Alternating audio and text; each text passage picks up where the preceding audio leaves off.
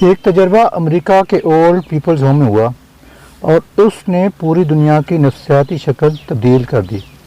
ہم میں سے زیادہ تر لوگ اس تجربے اور اس کے نتائج سے واقف نہیں ہیں، چنانچہ ہماری زندگی میں امن، کامیابی اور خوشی نہیں۔ ہم اگر آج بے مقصدیت کے اس المیہ کو سمجھ جائیں تو ہماری لائف کی شکل تبدیل ہو جائے گی۔ امریکہ کے ایک اولڈ ہوم میں خوفناک بیماریوں کے شکار بوڑھے رہتے تھے۔ یہ چند مہینوں کے مہمان بوڑھے تھے۔ اس اولڈ پیپلز ہوم میں آنے والے تمام مہمان جانتے تھے یہ اب زیادہ عرصے تک دنیا کی رونقیں نہیں دیکھ سکیں گے۔ اولڈ ہوم کا اسٹاف بھی ان مہمانوں کی منزل سے واقف تھا۔ یہ بھی ان مریضوں کی دل و جان سے کیئر کرتا تھا۔ لیکن پھر یونیورسٹی کے ایک پروفیسر نے ان مہمانوں پر ایک نفسیاتی تجربہ کیا۔ یہ پودوں کے چند گملے لے کر ہوم میں پہنچا۔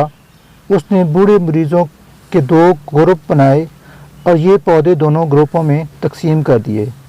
پروفیسر نے ایک گروپ کو بتایا یہ پودے آپ کی ذمہ داری ہیں، ان کو پانی دینا، دھوپ میں رکھنا، ان کو کھاد دینا، ان کی گوڈی کرنا، ان کو سردی اور گرمی سے بچانا اور ان کو کیڑوں، مکھیوں اور پرندوں سے محفوظ رکھنا آپ لوگوں کی ڈیوٹی ہے۔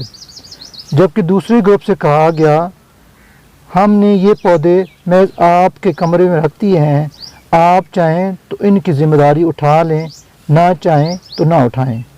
پروفیسر نے پودے حوالے کیے اور دونوں گروپوں کی سرگرمیوں کا جائزہ لینا شروع کر دیا۔ گروپ 1 کے بوڑھوں نے پودوں کی ٹیک کیئر شروع کر دی۔ ان میں سے کچھ بابوں نے اور مائیوں نے گملوں کو پانی دینا شروع کر دیا۔ کچھ ان کی گوڈی کرتے تھے، کچھ ان میں کھاد ڈالتے تھے، کچھ انہیں موسموں سے بچاتے تھے اور کچھ انہیں مکھیوں، مچھروں اور پرندوں سے محفوظ رکھتے تھے۔ پروفیسر نے مریض بوڑھوں کی جسمانی صورتحال کو بھی تبدیل ہوتے دیکھا۔ اس نے دیکھا پودے ملنے سے قبل یہ لوگ سارا دن بستر پر گزارتے تھے، یہ چڑچڑے اور بدمزاج بھی تھے اور یہ معمولی باتوں پر غصے سے بھی بھڑک اٹھتے تھے۔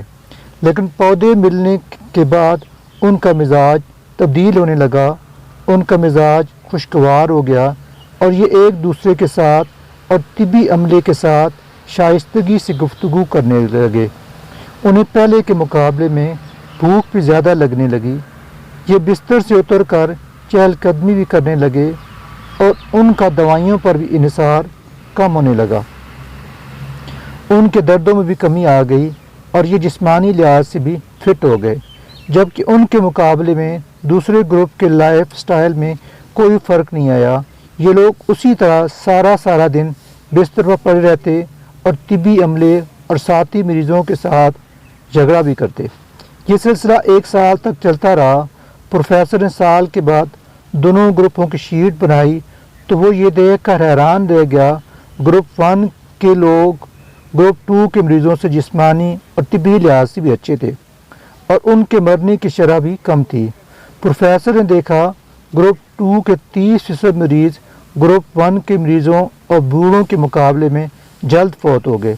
یہ ایک حیران کن اسٹڈی تھی جس کے آخر میں پروفیسر نے نتیجہ نکالا گروپ 1 کے بوڑھوں کو زندگی کا مقصد مل گیا تھا، جبکہ گروپ 2 کے مریضوں کے پاس زندگی کا کوئی مقصد نہیں تھا۔ چنانچہ ان کی طبی اور نفسیاتی صورتحال میں کوئی تبدیلی نہ آئی۔ پروفیسر کا کہنا تھا زندگی جب کسی دوسری زندگی کا بوجھ اٹھا لیتی ہے تو اس کی قوت برداشت اور ہمت میں اضافہ ہو جاتا ہے۔ پہلی زندگی خوشگوار بھی ہو جاتی ہے اور مضبوط بھی۔ آپ اگر اپنی زندگی کو اس اسٹڈی میں رکھ کر دیکھیں تو آپ کو اپنی کوتاہیوں اور خرابیوں، کمیوں اور ڈپریشن کا جواب مل جائے گا۔ ہماری زندگی میں جب کوئی مقصد، کوئی گول آ جاتا ہے تو ہماری قوت مدافعت میں اضافہ ہو جاتا ہے، ہمارے جسم میں طاقت بھی آ جاتی ہے اور ہمارا مزاج بھی خوشگوار ہو جاتا ہے۔ اور ہم اگر بھی مقصدیت کا شکار ہو جائیں، ہم یہ محسوس کرنے لگیں گے ہم نے جو کچھ کرنا تھا ہم نے کر لیا، تو اس کے بعد ہم خود کو زمین کا بوجھ سمجھنے لگتے ہیں اور یہ سوچ ہمیں بستر مرگ تک پہنچا دیتی ہے۔